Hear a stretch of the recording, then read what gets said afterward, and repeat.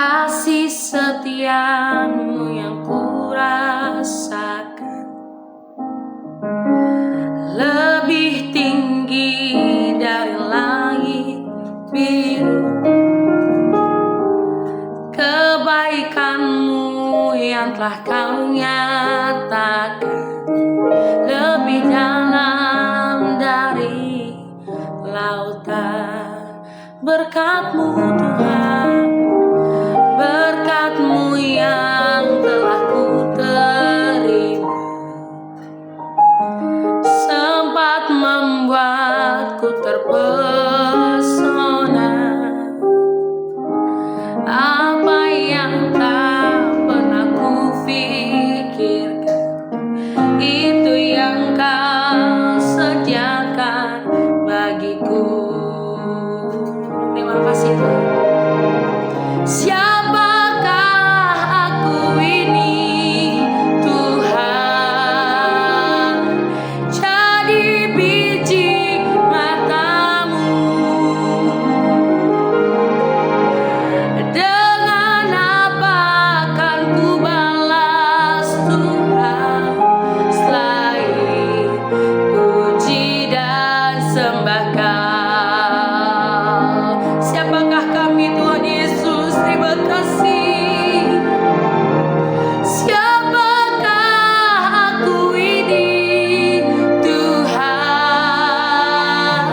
Jadi biji mata-Mu.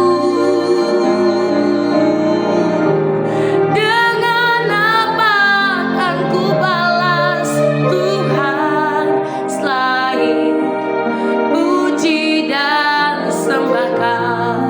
Oh, selain puji dan sembah Kau. Dengan apa kan kami balas setiap perbuatan-Mu yang dahsyat bagi kami? Saya kami memuji dan memuliakan nama-Mu Tuhan. Hari ini kami mendengarkan suara-Mu, Tuhan berbicara bagi kami. Kami siap mendengarkan. Dalam nama Tuhan Yesus kami berdoa dan mengucap syukur, haleluya. Amin. Shalom Bapak Ibu Saudara yang dikasihi Tuhan. Kita berjumpa lagi dalam perenungan intim dengan Allah. Pada hari ini, hari Rabu tanggal 29 April 2026, kita akan mendengarkan dan merenungkan sebagian daripada firman Tuhan yang bertemakan Melihat Yesus sekali lagi.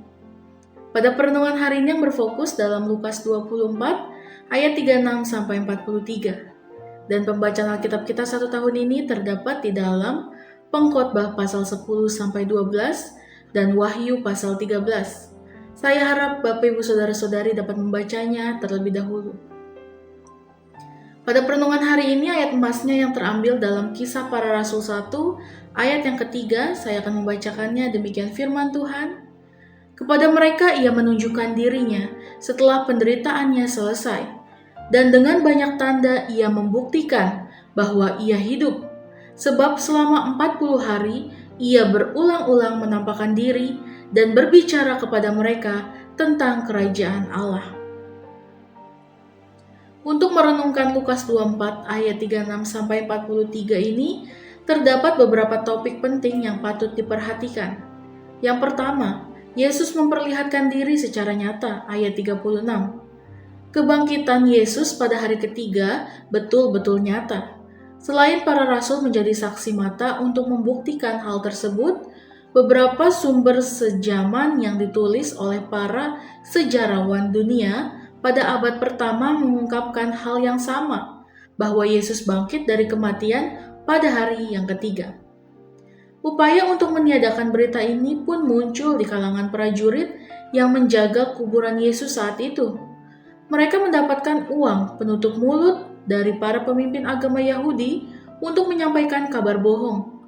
Tetapi terdapat makhluk lain, yakni malaikat yang tidak dapat disogok oleh siapapun untuk menyampaikan berita kebangkitan Yesus. Malaikat berkata, "Ia tidak ada di sini karena ia telah bangkit." Sampai saat ini terdapat beberapa orang yang selalu berusaha meniadakan kabar kebangkitan Yesus ini. Semakin gigih untuk meniadakan berita ini, semakin banyak sumber pendukung yang diperoleh untuk menyatakan kebangkitan Yesus dari kematian. Lalu yang kedua, menyampaikan berita yang mensejahterakan dalam ayat 36. Saat menampakkan diri kepada para murid, Yesus menyampaikan satu hal yang sangat mendasar, yakni damai sejahtera bagi kamu dalam ayat 36. Apa yang dimaksud dengan damai sejahtera? Damai sejahtera berasal dari kata Ibrani yakni shalom, berarti kebahagiaan yang sempurna atau lengkap. Dari kata Yunani ialah eirene, berarti kedamaian yang berasal dari Allah. Jadi damai sejahtera artinya hubungan yang harmonis atau ketenangan hati dan atau berkat yang Tuhan di tengah permasalahan hidup yang sedang terjadi. Maksud kedatangan Yesus bukan untuk menambahkan permasalahan yang telah mereka hadapi, tetapi menenangkan hati mereka yang sedang dilanda oleh perasaan takut, gelisah, dan menyedihkan karena peristiwa yang terjadi kepada Yesus pada hari Jumat lalu di Bukit Golgota. Lalu yang ketiga, Yesus memperlihatkan kesabarannya menyaksikan keraguan para murid dalam ayat 38. Saat Yesus hadir di antara mereka, Yesus mengetahui segenap kehidupan mereka. Yesus mengetahui keraguan yang sedang menghinggapi hati mereka. Yesus mengetahui ketika para murid berada dalam kaget atau terkejut atau keraguan atau kebingungan dan atau ketakutan. Tidak terdapat hal yang tersembunyi di pemandangannya. Yesus menemukan permasalahan utamanya, yakni terdapat keraguan di dalam hati mereka masing-masing. Lalu Yesus menegur keraguan mereka, karena masalah utamanya tidak berkaitan dengan tempat atau lingkungan dan atau situasi ketika itu. Tetapi karena hati mereka belum sepenuhnya percaya kepada Yesus. Lalu yang keempat, Yesus memperlihatkan bukti keseharian yang sederhana tetapi begitu kuat dalam ayat 39-43. Untuk mengusir keraguan yang terdapat di dalam hati mereka, Yesus memperlihatkan bekas paku yang terdapat pada tangan dan kakinya. Yesus hendak berkata kepada mereka bahwa Aku tidak sekedar bayangan yang patut ditakutkan. Ia betul-betul pribadi yang disalibkan, mati, dikuburkan, dan pribadi yang sama telah bangkit pada hari yang ketiga. Para murid mulai bersukacita, tetapi masih bercampur dengan keraguan. Yang pasti, iman mereka telah berproses untuk bertumbuh. Untuk membuktikan benar-benar bangkit dan hidup secara fisik, Yesus bertanya kepada mereka demikian, "Adakah padamu makanan di sini?" dalam ayat 41.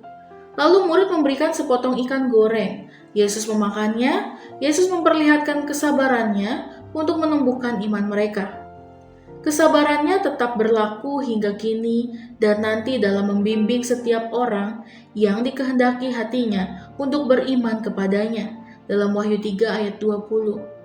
Hanya karena percaya kepadanya, setiap orang akan memperoleh anugerah yang sangat besar, yang tidak dapat dikerjakan siapapun untuk memperoleh hidup kekal. Lalu yang kelima, kebangkitan Yesus membaharui paradigma mereka tentang isi kitab suci dalam ayat 45-47.